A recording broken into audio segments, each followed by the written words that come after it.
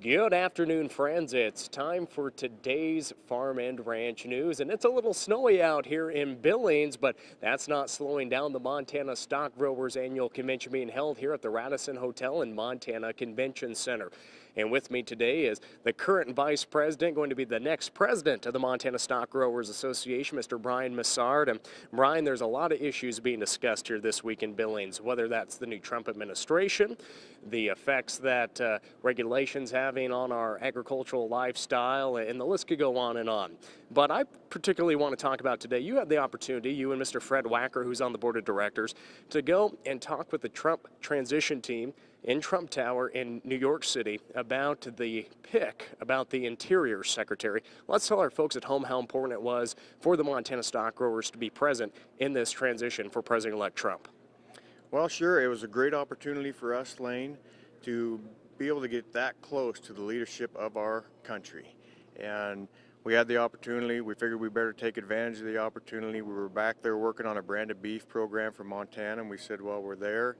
We met some folks this summer that got us an inside track to his transition team. So we went back, and our main concern was we just wanted to find out what kind of people is he going to surround himself with. Is he really serious about regulation? Because in Montana, the pick for Interior has the highest impact on us in this state.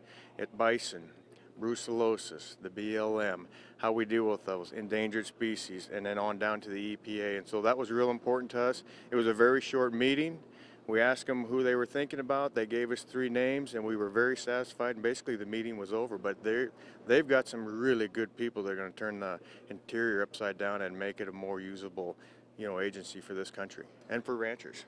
And that has been a concern between the greater sage-grouse conservation efforts that we've had. We've seen the agencies still want to implement regulation on that. And then also the Endangered Species Act falls into that, especially with grizzly bears that we're seeing travel further out from the front onto the plains here in Montana. Well, Bryan, I want to thank you for joining us here today, and thank you for standing up and advocating for agriculture through your leadership in the Montana Stockgrowers Association.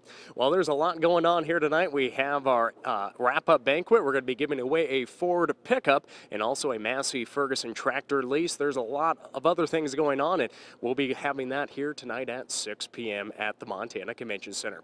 Don't go away, friends. We'll have those markets right after this.